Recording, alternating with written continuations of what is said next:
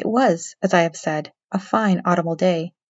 The sky was clear and serene, and nature wore that rich and golden livery which we always associate with the idea of abundance. The forests had put on their sober brown and yellow, while some trees of the tenderer kind had been nipped by the frost into brilliant dyes of orange, purple, and scarlet. Streaming files of wild ducks began to make their appearance high in the air, and bark of squirrel might be heard from the groves of the beech and hickory nuts, and the pensive whistle of the quail at intervals from the neighboring stubble-field. The small birds were taking their farewell banquets in the fullness of their revelry. They fluttered, chirping and frolicking, from bush to bush, and tree to tree, capricious from the very profusion and variety around them. There was the honest cock-robin, the favourite game of stripling sportsmen, with its loud querulous note, and the twittering blackbirds flying in sable clouds, and the golden-winged woodpecker, with his crimson crest, his broad black gorget, and splendid plumage, and the cedar-bird, with its red-tipped wings and yellow-tipped tail, and its little Montero cap of feathers, and the blue-jay of noisy coxcomb, in his gay light-blue coat and white underclothes, screaming and chattering, nodding and bobbing, and bowing, and pretending to be on good terms with every songster of the grove. As Ichabod jogged slowly on his way, his eye ever open to every symptom of culinary abundance, ranged with delight over the treasures of jolly autumn. On all sides he beheld vast store of apples, some hanging in oppressive opulence on the trees, some gathered into baskets and barrels for the market, others heaped up in rich piles for the cedar press. Further on he beheld great fields of Indian corn, with its golden ears peeping from their leafy coverts, and holding out the promise of cakes and hasty pudding, and the yellow pumpkins laying beneath them, turning up their fair round bellies to the sun, and giving ample prospect of the most luxurious pies. And anon he passed the fragrant buckwheat fields, breathing the odour of the beehive.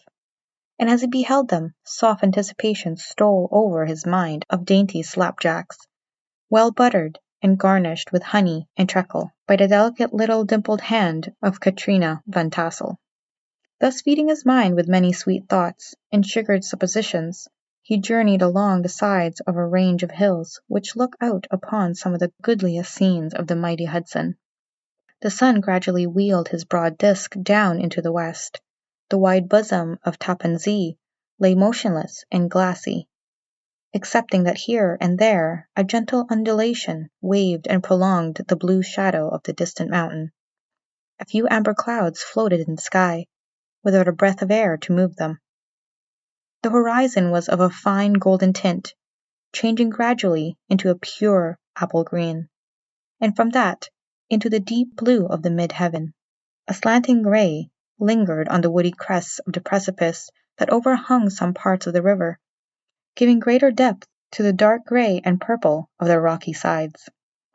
A sloop was loitering in the distance, dropping slowly down with the tide, her sail hanging uselessly against the mast, and as the reflection of the sky gleamed along the still water, it seemed as if the vessel was suspended in the air. It was toward evening that Ichabod arrived at the castle of the Heer Van Tassel, which he found thronged with the pride and flower of the adjacent country. Old farmers, a spare, leathern-faced race, in homespun coats and breeches, blue stockings, huge shoes, and magnificent pewter buckles.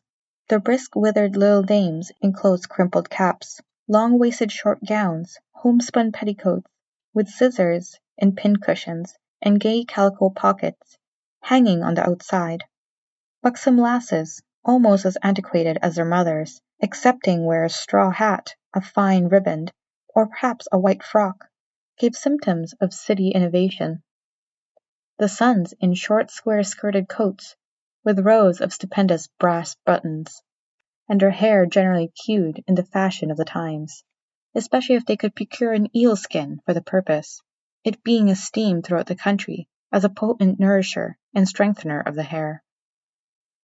Brom Bones, however, was the hero of the scene, having come to the gathering on his favourite steed, Daredevil, a creature like himself, full of mettle and mischief, and which no one but himself could manage, He was in fact noted for preferring vicious animals, given to all kinds of tricks, which kept the rider in constant risk of his neck, for he held a tractable well-broken horse as unworthy of a lad of spirit. Fain would I pause to dwell upon the world of charms that burst upon the enraptured gaze of my hero, as he entered the state parlour of Van Tassel's mansion, not those of the bevy of buxom lasses, with their luxurious display of red and white, but the ample charms of a genuine Dutchman country tea-table in the sumptuous time of autumn. Such heaped-up platters of cakes of various and almost indescribable kinds, known only to experienced Dutch housewives. There was the doughty doughnut, the tenderer olykoek, and the crisp and crumbling cruller, sweet cakes and short cakes, ginger cakes and honey cakes, and the whole family of cakes. And then there were apple pies, and peach pies, and pumpkin pies, besides slices of ham and smoked beef, and moreover delectable dishes of preserved plums and peaches and pears and quinces, not to mention broiled shad and roasted chickens, together with bowls of milk and cream, all mingled higgledy-piggledy, pretty much as I have enumerated them, with the motherly teapot sending up its clouds of vapour from the midst. Heaven bless the mark! I want breath and time to discuss this banquet as it deserves, and I am too eager to get on with my story. Happily, Ichabod Crane was not in so great a hurry as his historian, but did ample justice to every dainty. He was a kind and thankful creature, whose heart dilated in proportion as his skin was filled with good cheer, and whose spirits rose with eating, as some men's do with drink. He could not help, too, rolling his large eyes round him as he ate, and chuckling with the possibility that he might one day be lord of all this scene, of almost unimaginable luxury and splendour. Then he thought how soon he'd turn his back upon the old schoolhouse, snap his fingers in the face of Hans Van Ripper, and every other niggardly patron, and kick any itinerant pedagogue out of doors that should dare to call him comrade. Old Baltus Van Tassel moved about among his guests with a face dilated of content and good humour, round and jolly as a harvest moon. His hospitable attentions were brief, but expressive, being confined to a shake of a hand, a slap on the shoulder, a loud laugh, and pressing invitation to fall to and help themselves. And now the sound of the music from the common room or hall summoned to the dance. The musician was an old, grey-headed negro, who had been the itinerant orchestra of the neighbourhood for more than half a century. His instrument was as old and battered as himself. The greater part of the time he scraped away on 2 or 3 strings, accompanying every movement of the bow with a motion of the head, bowing almost to the ground, and stamping with his foot whenever a fresh couple were to start. Ichabod prided himself upon his dancing as much as upon his vocal powers. Not a limb, not a fibre about him was idle, and to have seen his loosely hung frame in full motion, and clattering about the room, you would have thought St. Vitus himself, that blessed patron of the dance, was figuring before you in person. He was the admiration of all the negroes, who, having gathered, of all ages and sizes, from the farm and the neighbourhood, stood forming a pyramid of shining black faces at every door and window, gazing with delight at the scene, rolling their white eyeballs, and showing grinning rows of ivory from ear to ear. How could the flogger of urchins be otherwise than animated and joyous? The lady of his heart was his partner in the dance, and smiling graciously in reply to all his amorous oglings, while Brom Bones, sorely smitten with love and jealousy, sat brooding by himself in one corner. When the dance was at an end, Ichabod was attracted to a knot of the Sager folk, who, with old Van Tassel, sat smoking at one end of the piazza, gossiping over former times, and drawling out long stories about the war. This neighbourhood, at the time of which I am speaking, was one of those highly favoured places which abound with chronicle and great men. The British and American line had run near it during the war. It had, therefore, been the scene of marauding, had been infested with refugees, cowboys, and all kinds of border chivalry. Just sufficient time had elapsed to enable each storyteller to dress up his tale with a little becoming fiction, and in the indistinctness of his recollection to make himself the hero of every exploit. There was the story of the Doof Martling, a large, blue-bearded Dutchman who had nearly taken a British frigate with an old iron 9-pounder for a mud breastwork, only that his gun burst at the 6th discharge. And there was an old gentleman who shall be nameless, being too rich a miner to be lightly mentioned, who in the Battle of White Plains, being an excellent master of defence, parried a musket-ball with a blade with a small sword, insomuch that he absolutely felt it whiz around the blade and glance off at the hilt, in proof of which he was ready at any time to show the sword, with the hilt a little bent. There were several more who had been equally great in the field, not one of whom but was persuaded that he had a considerable hand in bringing the war to a happy termination. But all these were nothing to the tales of ghosts and apparitions that succeeded. The neighborhood is rich in legendary treasures of the kind. Local tales and superstitions thrive best in these sheltered, long-settled retreats, but are trampled underfoot by the shifting throng that forms the population of most of our country places. Besides, there is no encouragement from ghosts in most of our villages, for they have scarce had time to finish their first nap, and turn themselves in their graves before their surviving friends have travelled away from the neighbourhood, so that when they turn out of a night to walk the rounds, they have no acquaintance left to call upon. This is perhaps the reason why we so seldom hear of ghosts except in our long-established Dutch communities. The immediate cause, however, of the prevalence of supernatural stories in these parts was doubtless owing to the vicinity of Sleepy Hollow. There was a contagion in the very air that blew from that haunted region. It breathed forth an atmosphere of dreams and fancies infecting all the land. Several of the Sleepy Hollow people were present in Van Tassel's, and as usual, were doling out their wild and wonderful legends. Many dismal tales were told about funeral trains, and mournful cries and wagglings heard and seen about the great tree where the unfortunate Major Andre was taken, and which stood in the neighborhood. Some mention was made also of the women in white that haunted and dark glen at Raven Rock, and was often heard to shriek on winter nights before a storm, having perished there in the snow. The chief part of the stories, however, turned upon the favourite spectre of Sleepy Hollow, the Headless Horseman, who had been heard several times of late patrolling the country, and it was said tethered his horse nightly among the graves in the churchyard. The sequestered situation of his church seems always to have made it a favourite haunt of troubled spirits. It stands on a knoll surrounded by locust trees and lofty elms, from among which its decent, whitewashed walls shine modestly forth, like Christian purity, beaming through the shades of retirement. A gentle slope descended from it to a silver sheet of water, bordered by high trees, between which peeps may be caught at the blue hills of the Hudson. To look upon its grass-grown yard, where the sunbeams seem to sleep so quietly, one would think that there at least the dead might rest in peace. On one side of the church extends a wide, woody dell, along which raves a large brook among broken rocks and trunks of fallen trees. Over a deep black part of the stream, not far from the church, was formerly thrown a wooden bridge. The road that led to it, and the bridge itself, were thickly shaded by overhanging trees, which cast a gloom about it, even in the daytime, but occasioned a fearful darkness at night. Such was one of the favourite haunts of the Headless Horseman, and the place where he was most frequently encountered.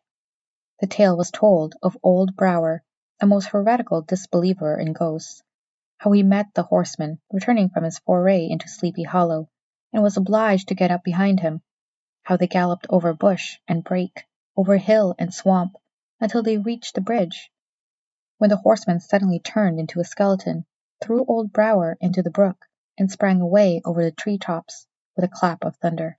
The story was immediately matched by a thrice marvellous adventure of Brom Bones, who made light of the galloping Hyson as an errant jockey.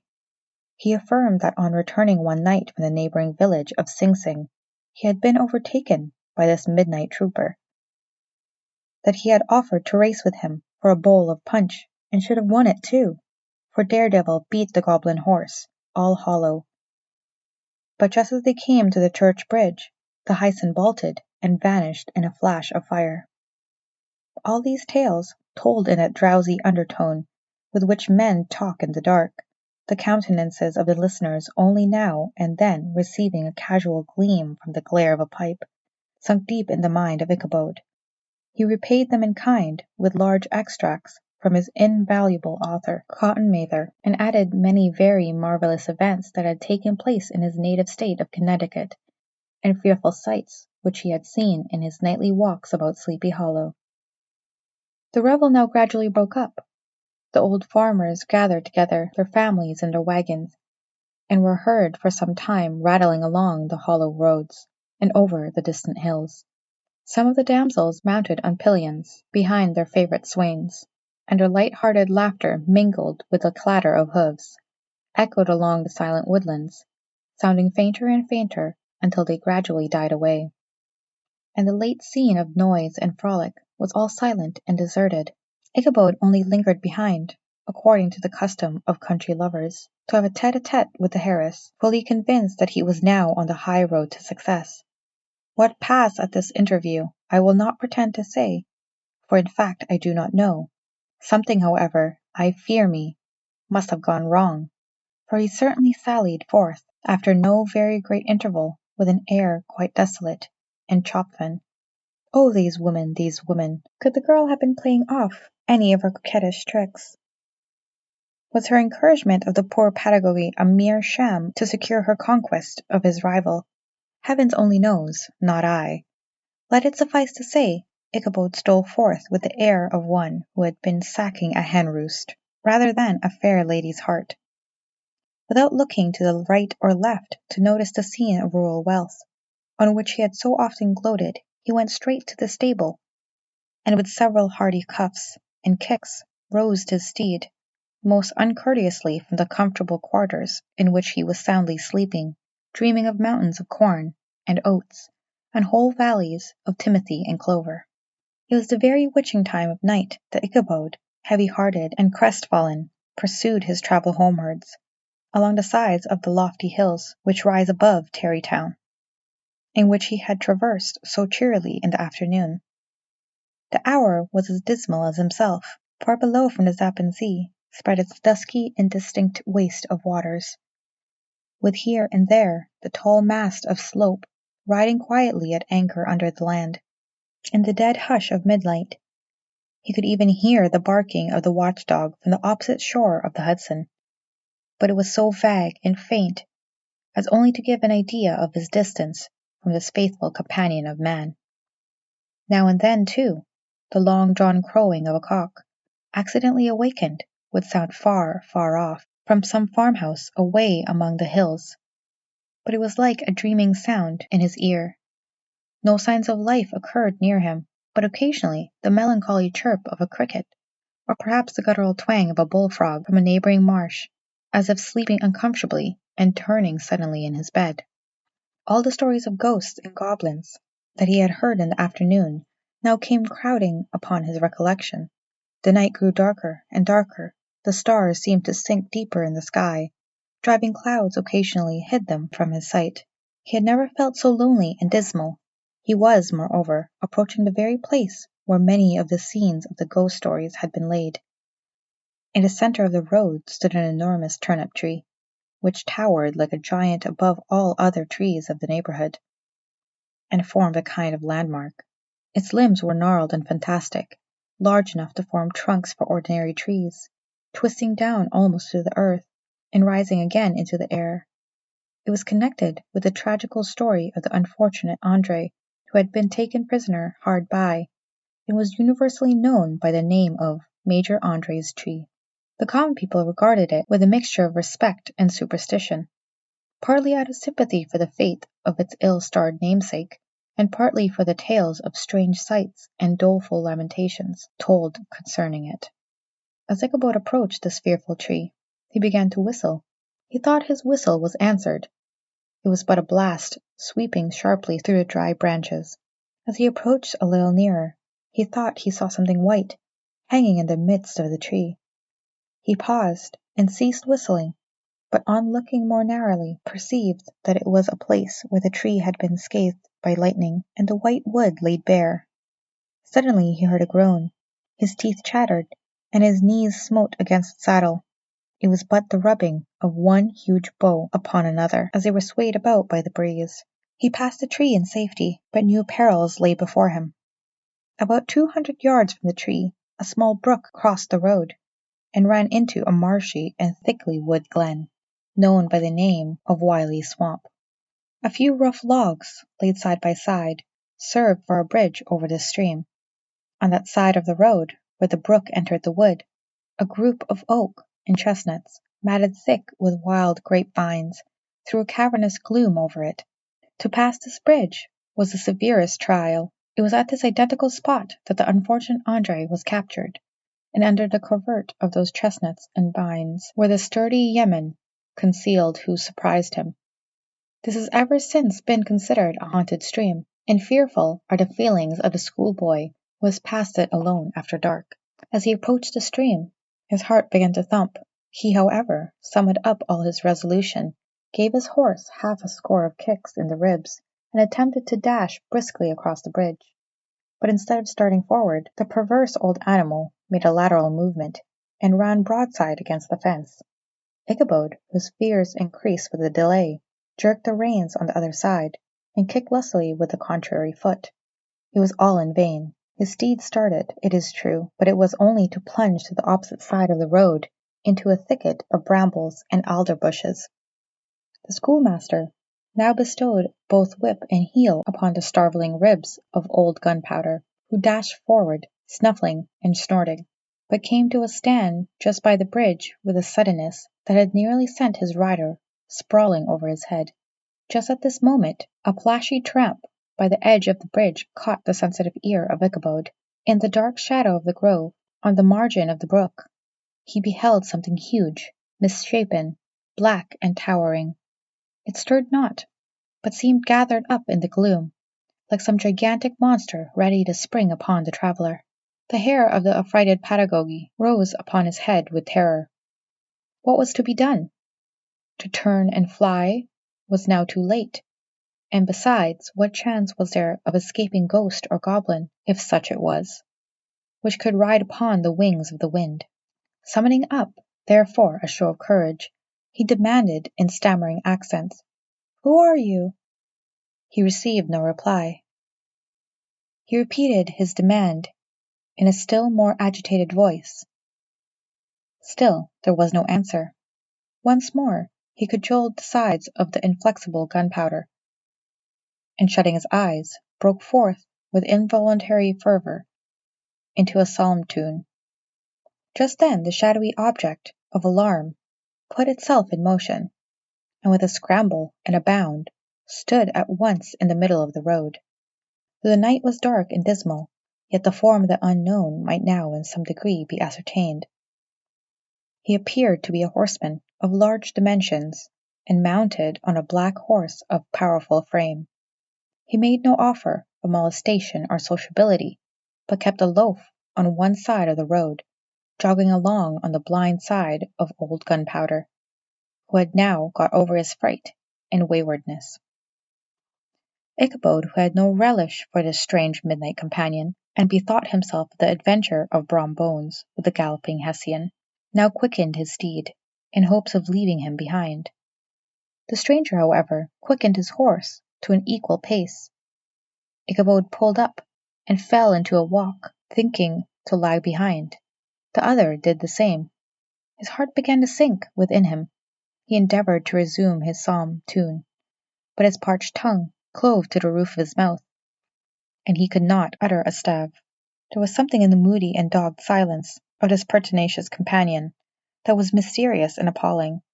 It was soon fearfully accounted for. On mounting a rising ground, which brought the figure of his fellow traveller in relief against the sky, gigantic in height, and muffled in a cloak, Ichabod was horror-struck on perceiving that he was headless. But his horror was still more increased on observing that the head, which should have rested on his shoulders, was carried before him on the pommel of the saddle. His terror rose to desperation, He rained a shower of kicks and blows upon Gunpowder, hoping by a sudden movement to give his companion the slip. But the spectre started full jump with him. Away then they dashed, through the thick and thin, stones flying and sparks flashing at every bound.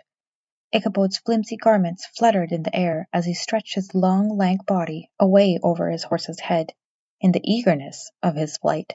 They had now reached the road which turns off to Sleepy Hollow, but Gunpowder, who seemed possessed with the devil, instead of keeping up it, made an opposite turn, and plunged headlong downhill to the left.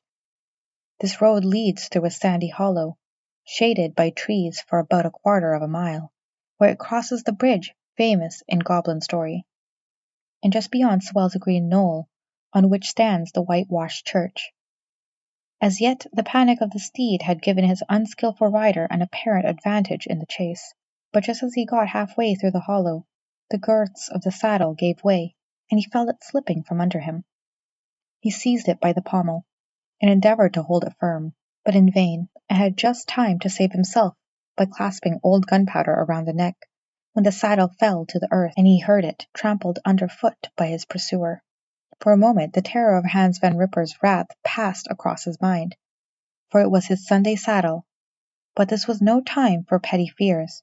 The goblin was hard on his haunches, and, unskilful rider that he was, he had much ado to maintain his seat, sometimes slipping on one side, sometimes on another, and sometimes jolted on the high ridge of his horse's bone back, with a violence that he verily feared would cleave him asunder.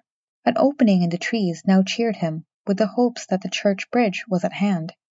The wavering reflection of a silver star in the bosom of the brook told him that he was not mistaken. He saw the walls of the church dimly glaring under the trees beyond. He recollected the place where Brom Bones's ghostly competitor had disappeared. If I can but reach that bridge, thought Ichabod, I am safe. Just then he heard the black steed panting and blowing close behind him. He even fancied that he felt his hot breath. Another convulsive kick in the ribs, and old Gunpowder sprung upon the bridge. He thundered over the resounding planks. He gained the opposite side, and now Ichabod cast a look behind to see if his pursuer should vanish, according to rule, in a flash of fire and brimstone. Just then he saw the goblin rising in his stirrups, and in the very act of hurling his head at him. Ichabod endeavoured to dodge the horrible missile, but too late. It encountered his cranium with a tremendous crash. He was tumbling headlong into the dust, and Gunpowder, the black steed, and the goblin rider passed by like a whirlwind. The next morning the old horse was found without his saddle, and with the bridle under his feet, soberly cropping the grass at his master's gate. Ichabod did not make his appearance at breakfast. Dinner hour came, but no Ichabod. The boys assembled at the schoolhouse, and strolled idly about the banks of the brook, but no schoolmaster. Hans Van Ripper now began to feel some uneasiness about the fate of poor Ichabod and his saddle. An inquiry was set on foot, and after diligent investigation they came upon his traces. On one part of the road leading to the church was found a saddle trampled in the dirt, the tracks of horses' hoofs deeply dented in the road, and evidently at furious speed, was traced to the bridge, beyond which, on the bank of a broad part of the brook, where the water ran deep and black, was found the hat of the unfortunate Ichabod, and close beside it a shattered pumpkin. The brook was searched, but the body of the schoolmaster was not to be discovered. Hans Van Ripper, as executor of his estate, examined the bundle which contained all his worldly effects. They consisted of 2 shirts and a half, 2 stocks for the neck, a pair or 2 of worsted stockings, an old pair of corduroy small cloths, a rusty razor, a book of psalm tunes full of dog's ears, and a broken pitch pipe. As to the books and furniture of the schoolhouse, they belonged to the community, excepting Cotton Mather's History of Witchcraft, a New England almanac, and a book of dreams and fortune-telling, in which last was a sheet of foolscap, much scribbled and blotted in several fruitless attempts to make a copy of verses in honour of the heiress of Van Tassel. These magic books and the poetic scrawl were forthwith consigned to the flames of Hans Van Ripper, who from that time forward determined to send his children no more to school, observing that he never knew any good come of the same reading and writing. Whatever money the schoolmaster possessed, and he had received his quarter's pay but a day or two before, he must have had about his person at the time of his disappearance. The mysterious event caused much speculation at the church on the following Sunday. Knots of gazers and gossips were collected in the churchyard, at the bridge, and at the spot where the hat and pumpkin had been found. The stories of Brower, of Bones, and a whole budget of others, were called to mind, and when they had diligently considered them all, and compared them with the symptoms of the present case, they shook their heads, and came to the conclusion that Ichabod had been carried off by the galloping Hessian. As he was a bachelor, and in nobody's debt, nobody troubled his head any more about him. The school was removed to a different quarter of the Hollow, and another pedagogy reigned in his stead. It is true, an old farmer, who had been down to New York on a visit several years after, and from whom his account of the ghostly adventure was received, brought home the intelligence that Ichabod Crane was still alive, that he had left the neighborhood partly through fear of the goblin and Hans Van Ripper, and partly in mortification at having been suddenly dismissed by the heiress, that he had changed his quarters to a distant part of the country, had kept school, and studied law at the same time, had been admitted to the bar, turned politician, electioner, written for the newspapers, and finally had been made a justice of the 10-pound court. Brombones, too, who shortly after his rival's disappearance conducted the blooming Katrina in triumph to the altar, was observed to look exceedingly knowing whenever the story of Ichabod was related, and always burst into a hearty laugh at the mention of the pumpkin, which led some to suspect that he knew more about the matter than he chose to tell. The old country wives, however, who are the best judge of these matters, maintain to this day that Ichabod was spirited away by supernatural means. And it was a favorite story often told about the neighborhood round the winter evening fire. The bridge became more than ever an object of superstitious awe, and that may be the reason why the road has been altered of late years, so as to approach the church by the broader of the mill pond. The schoolhouse, being deserted, soon fell to decay, and was reported to be haunted by the ghost of the unfortunate pedagogy. And the ploughboy, loitering homeward in a still summer evening, has often fancied his voice at a distance, chanting a melancholy psalm tune among the tranquil solitude of Sleepy Hollow.